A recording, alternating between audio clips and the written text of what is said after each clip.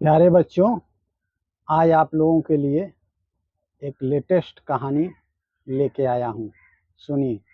एक बार एक गांव में एक साधु रहता था जो भगवान पर बहुत विश्वास रखता था। एक बार वह साधु पेड़ के नीचे बैठा था और भगवान को याद कर रहा था। तभी अचानक वहां बाढ़ आ गई, चारों तरफ पानी ही पानी हो गया। सब लोग अपने आप को बचाने के लिए ऊपर पहाड़ की तरफ भागने लगे। उनमें से एक आदमी देखा कि इस हालत में भी साधु जी भगवान की तपस्या कर रहे हैं। वह सोचा कि ये अपने आप को बचाने के लिए कहीं जा क्यों नहीं रहे हैं।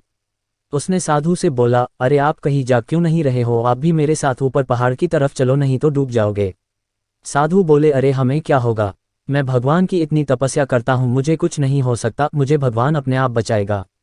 धीरे धीरे पानी साधु के कमर तक आ गया। अब लोग वहां से नाव लेकर निकलने लगे तो उनमें से एक ने साधु से कहा, अरे पानी आपके कमर तक आ गया है, आप हमारे साथ चलो। तो साधु ने कहा कि नहीं नहीं, भगवान मुझे अपने आप बचाएगा, और वह नाव वाला भी वहां से निकल गया। कुछ देर बाद पानी इतना बढ़ गया कि साधु के सर तक पहुंच गया और अब लोगों को बचने के लिए हेलीकॉप्टर निकलने लगे।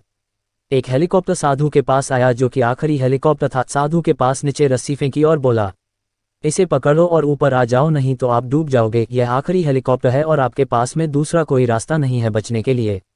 साधु ने कहा, ये रस्सी वापस ऊपर खींच लो और आप चले जाओ, मुझे भगवान के ऊपर पूरा भरोसा है, वह मुझे बचा लेगा। पानी काफी ऊपर आ गया, पेड़ डूब गया और साधु की भी डूबने से मौत हो गई।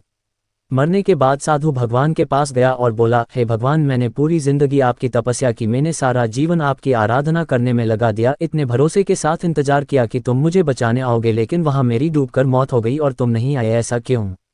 भगवान बोले, मूर्ख इंसान, एक नहीं 3 बार आया था, वो तीनों बार में ही तो था, पहला पैदल, दूसरा नाव के द्वारा और तीसरा हेलीकॉप्टर के द्वारा, लेकिन तुमने मेरा एक भी अवसर पहचान नहीं पाए, पता नहीं किसका इंतजार कर रहे थे। इस तरह से जिंदगी में हमें ऊपर वाला बहुत से मौके देता रहता है, लेकिन हम सब उस मौके को ठुकरा कर पता नहीं किस चीज़ का इंतजार कर रहे होते हैं कि वो होगा तभी मैं करूँगा, और इस बात पर अड़े रहने से एक वक्त के बाद वो मौका हाथ से निकल जाता है और हम कुछ नहीं कर पाते हैं।